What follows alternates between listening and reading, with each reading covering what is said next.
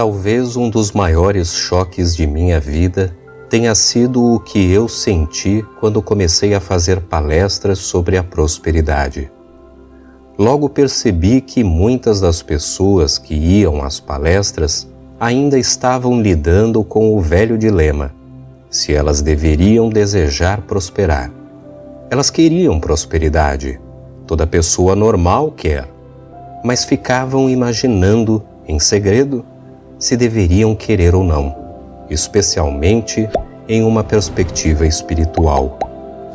Logo ficou evidente que seriam necessárias algumas ideias ousadas, até mesmo impressionantes sobre o assunto, a fim de minar certas crenças que há anos acorrentavam essas pessoas a existências medíocres. Percebendo isso, passei várias semanas explicando a elas como Deus, o homem e a prosperidade estavam todos divinamente relacionados. Depois que o choque inicial dessas ideias passou, aquelas ótimas pessoas ficaram bastante aliviadas e muito felizes por finalmente não sentirem mais culpa ao desejarem a prosperidade. Em pouco tempo, todos começaram a experimentar resultados prósperos. Descobri que essa noção ainda persiste. Algumas pessoas, mesmo as mais maravilhosas, parecem bem confusas sobre se a prosperidade deve ser considerada uma bênção espiritual ou não. Quão aliviadas elas ficam quando descobrem que sim, que a prosperidade é uma bênção. Catherine Ponder. Quando entrei para o ministério, decidi resolver esse conflito internamente, estudando a perspectiva bíblica sobre a questão prosperidade versus pobreza. Foi uma agradável surpresa descobrir que a Bíblia é o maior livro sobre prosperidade já escrito. A Bíblia mostra de forma bastante clara que você não agrada a Deus estabelecendo a carência ou a limitação em sua vida, assim como não agrada a si mesmo.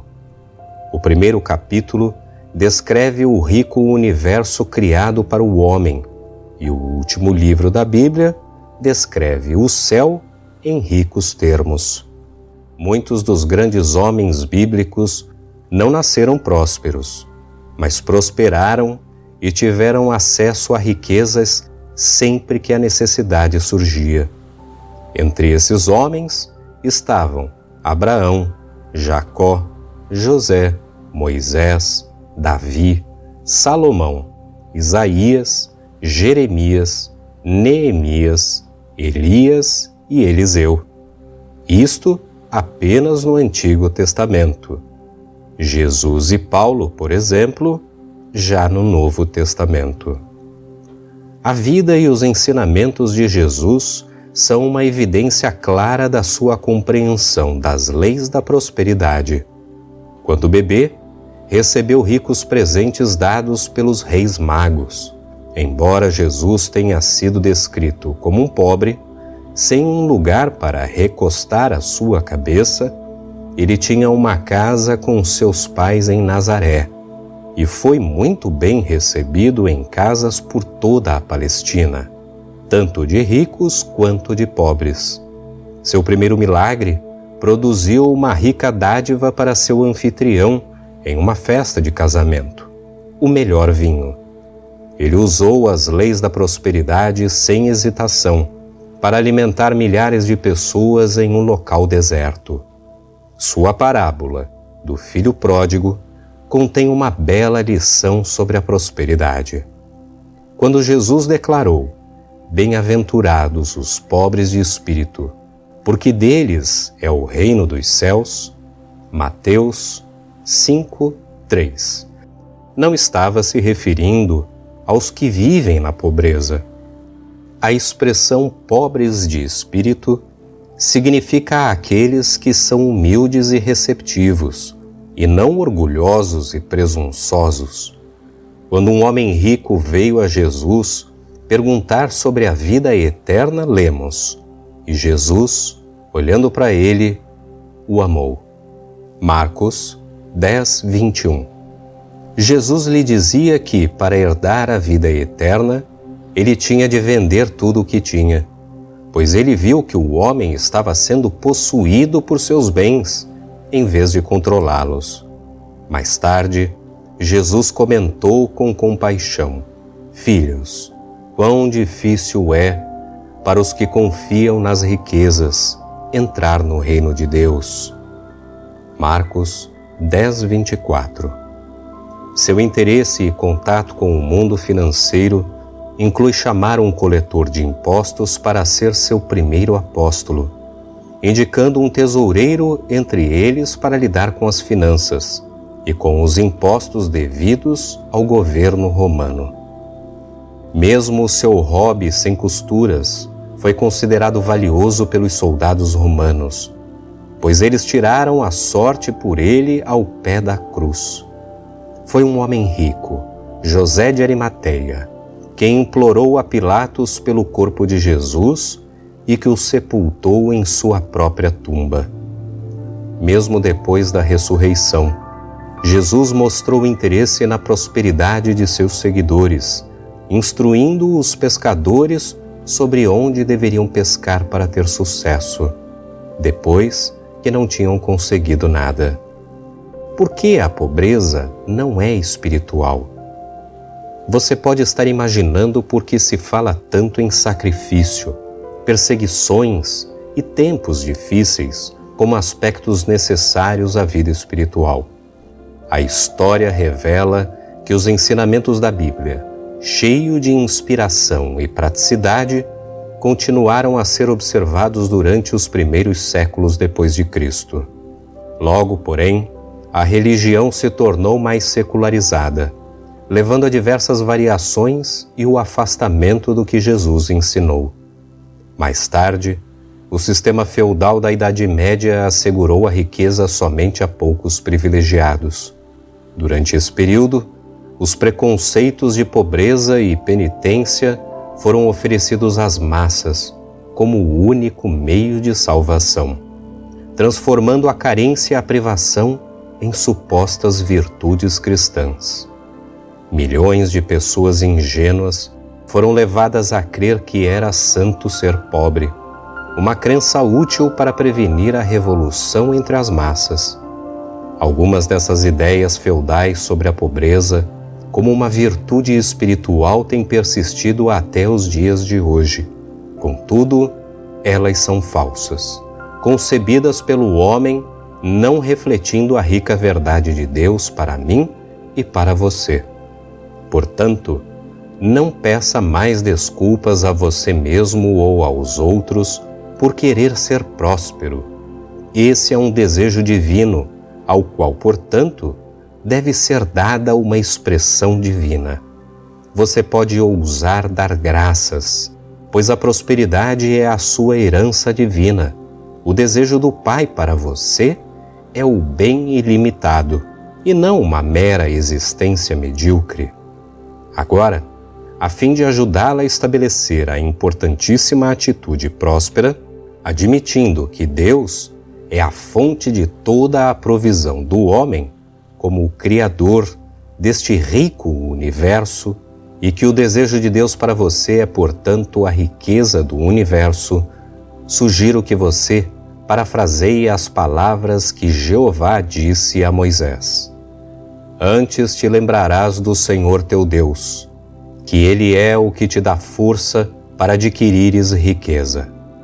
Deuteronômio 8, 18. Talvez você esteja pensando, sim, mas esse tipo de pensamento é prático?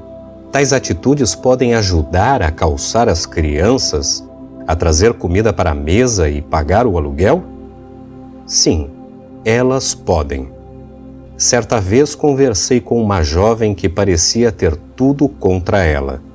Quando foi atingida por uma paralisia, acabou sendo abandonada pelo marido, que bebia, jogava e não trabalhava, deixando-a com várias crianças para cuidar, criar e educar. Embora ela tivesse um teto sobre sua cabeça, ele estava hipotecado.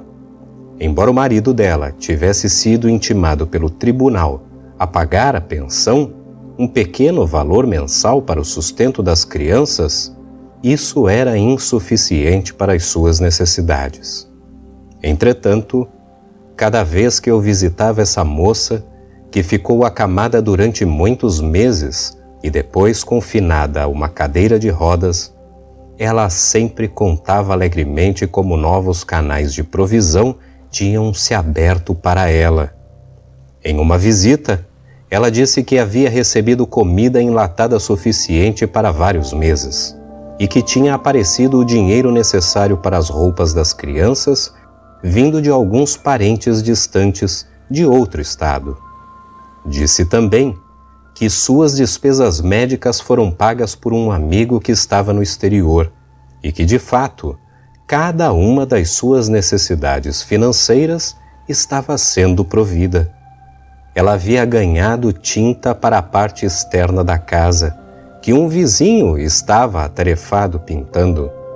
Quando eu perguntei qual era o segredo da prosperidade dela e como ela tinha conseguido pagar todas as contas no prazo, ainda que estivesse numa cadeira de rodas, sem nenhuma fonte de renda estável ou generosa, ela disse que uma oração tinha sido a sua grande fonte de força e provisão.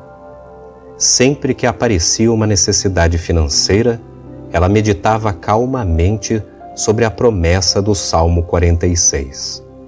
Aquietai-vos e sabei que eu sou Deus.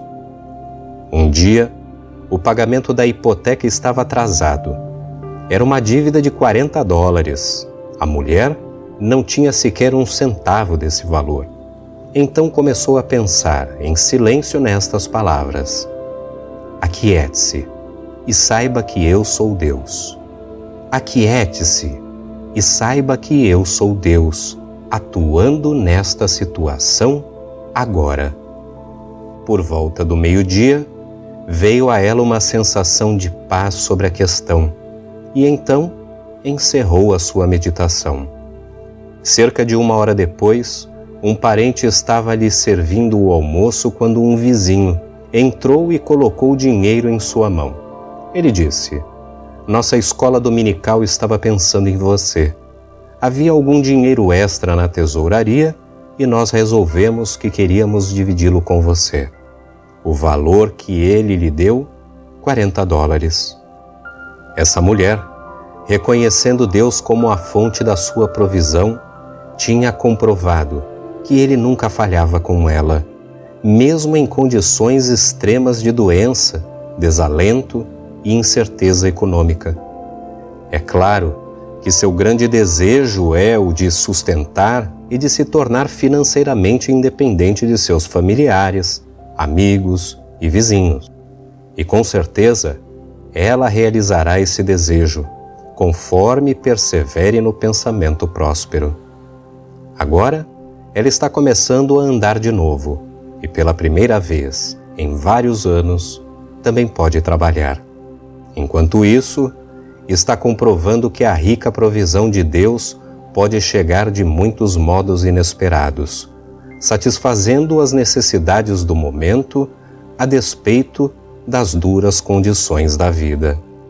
De fato, Davi estava reconhecendo Deus como a fonte da sua provisão quando declarou: O Senhor é o meu pastor, nada me faltará.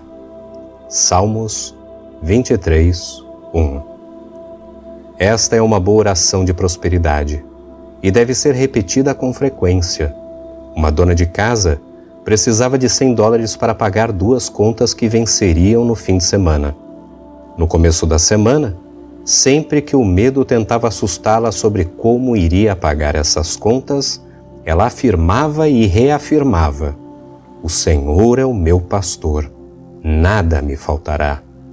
Na manhã da sexta-feira, justamente o dia em que as contas venciam, chegou um cheque pelo correio de $110.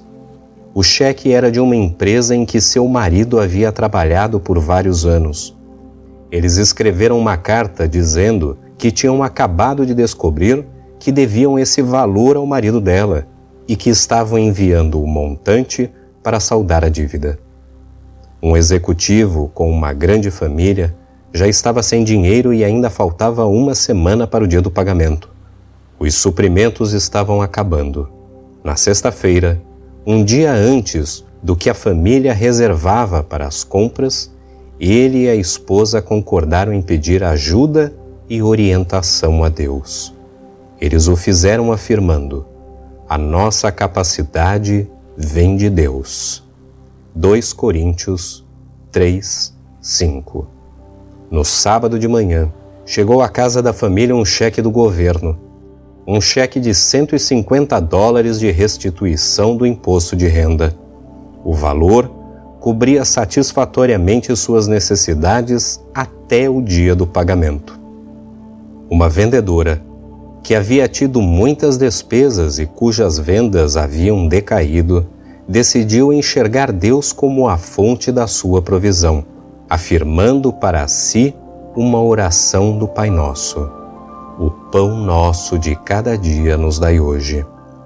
Foi uma mudança vertiginosa.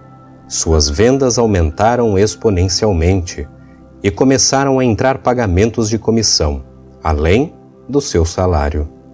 Os vizinhos lhe trouxeram refeições prontas como um sinal da estima que tinham por ela, e ela também recebeu de um amigo vários itens adoráveis de vestuário. Alguns de seus clientes levaram-lhe presentes de agradecimento por seu estimado serviço. Vários convites para jantar foram recebidos, aceitos e apreciados. Todos os dias suas necessidades eram providas, como ela havia pedido em sua oração. O pão nosso de cada dia apareceu das maneiras mais satisfatórias. O mais maravilhoso a respeito de reconhecer Deus como a fonte de todas as riquezas e de considerá-lo em suas questões financeiras e em todas as áreas da sua vida é que quanto mais você faz isso, mais estabilizada cada uma dessas áreas se torna. No devido tempo, não haverá mais emergências financeiras que necessitem de um maná instantâneo vindo do céu. Em vez disso, sua situação financeira apenas irá melhorar cada vez mais, de modo que haja sempre substância à mão para prover as suas necessidades. Davi indicou o que acontece quando você pensa em Deus como a fonte da sua provisão. Antes tem o seu prazer na lei do Senhor, e na sua lei medita dia e noite. Pois será como a árvore plantada junto a ribeiros de águas, a qual dá o seu fruto no seu tempo. As suas folhas não cairão, e tudo quanto fizer prosperará. Salmos 1, de 2 a 3. Mas é bom saber que até que você desenvolva uma compreensão apropriada como fazer florescer a substância do universo em um fluxo rico e contínuo de provisão, as necessidades financeiras emergenciais podem ser supridas, buscando a fonte de todas as riquezas, o rico Pai Celestial.